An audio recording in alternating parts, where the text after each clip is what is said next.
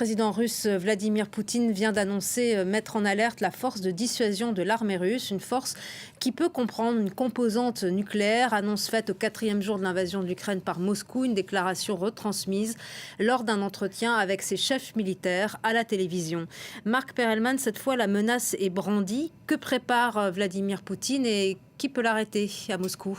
Alors c'est vrai que la menace avait été sous-entendue dans des déclarations de Vladimir Poutine il y a quelques jours, qui avait affirmé surtout que l'Ouest ne nous empêche pas de faire ce qu'on doit faire. L'Ouest, l'Occident, c'est-à-dire l'Europe et les États-Unis.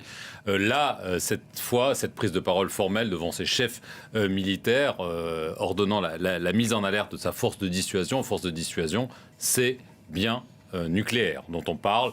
Alors évidemment, c'est juste une mise en alerte. Hein. On n'est pas à la veille de la guerre nucléaire, mais c'est une escalade.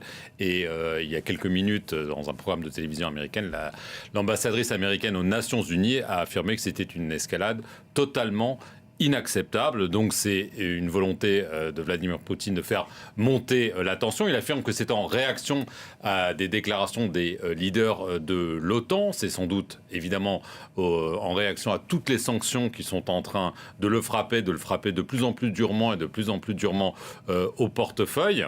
Et notamment aussi, on a entendu le chancelier allemand Olaf Scholz faire un discours que certains qualifient d'historique, en affirmant que l'Allemagne allait dépenser beaucoup plus pour son armée, en annonçant de l'aide à l'Ukraine. Donc c'est vrai que Vladimir Poutine veut réagir parce qu'il voit bien que ce qu'il espérait se passer en Ukraine sur le terrain, tout d'abord, mais aussi diplomatiquement, les choses ne se passent pas de la façon dont il espérait. L'Occident est très uni, les sanctions sont dures, sont lourdes, elles vont frapper très fort et quand même assez vite.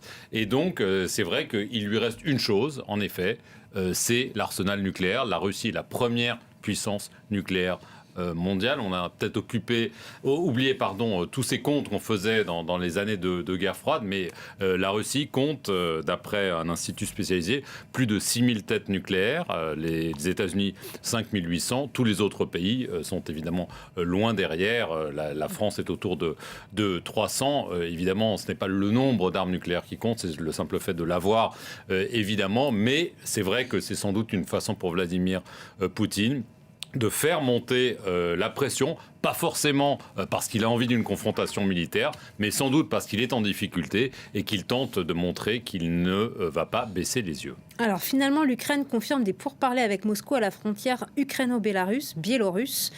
Sur quoi peuvent porter les négociations ? Alors déjà, c'est vrai que ces deux informations pratiquement simultanées prouvent que les choses ne sont pas aussi simples que quand Vladimir Poutine affirme qu'il veut mettre en alerte et parler de dissuasion nucléaire. En même temps, il autorise évidemment ces pourparlers éventuels. Alors jusqu'à il y a quelques minutes, les pourparlers en territoire biélorusse avaient été refusés catégoriquement par Volodymyr Zelensky, en affirmant que le Bélarus étant un pays qui dorénavant obéit à la Russie et qui sert de base pour des attaques qui sont en train de se produire, c'était pour lui impensable d'aller à Minsk. Donc les discussions se sont quand même poursuivies et la présidence ukrainienne a annoncé il y a quelques minutes qu'il y aurait bien des pourparlers à la frontière entre l'Ukraine et la Biélorussie, suite à une discussion, et ça c'est quand même intéressant d'un point de vue diplomatique,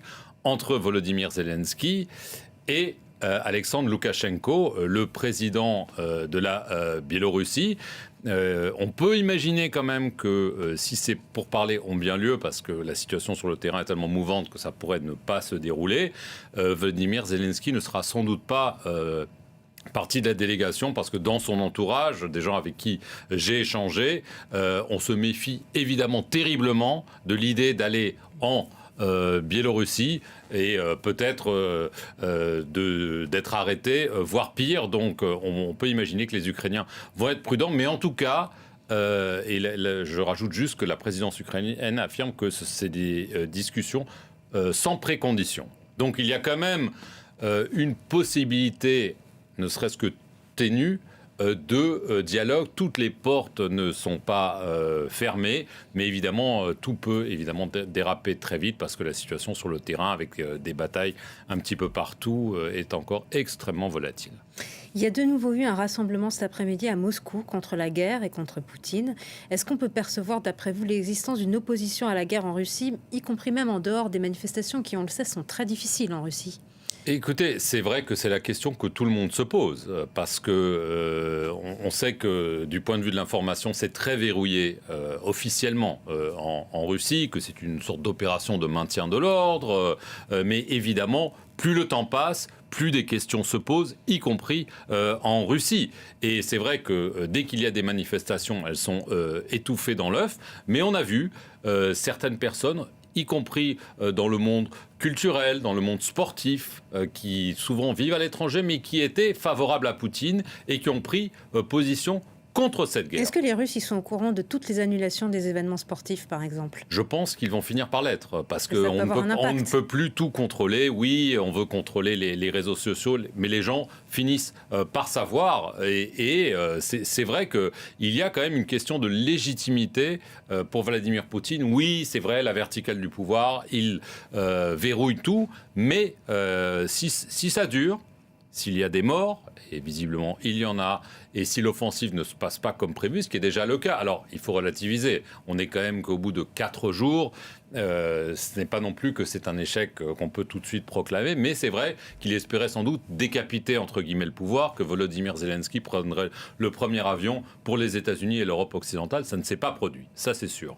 Et donc, c'est vrai que plus ça dure, plus les Russes peuvent commencer à se poser des questions. Plus ils vont se poser des questions, plus ils vont peut-être oser l'exprimer. Évidemment, ce qui compte pour Vladimir Poutine, c'est que toute sa hiérarchie militaire soit fermement derrière lui.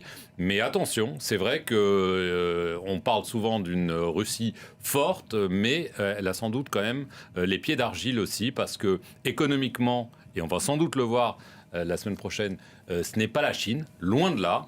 Le PIB de la Russie est équivalent à celui de la Corée du Sud. C'est tout à fait respectable, mais on ne parle quand même pas d'une superpuissance économique. C'est pour ça que ces sanctions doivent beaucoup quand même éveiller des craintes dans l'entourage de Vladimir Poutine, parmi les élites politiques, mais aussi les élites économiques qui, si elles sont frappées au portefeuille, vont peut-être se poser des questions sur la direction que prend Vladimir Poutine. Merci beaucoup Marc Perelman pour votre décryptage. Merci à vous.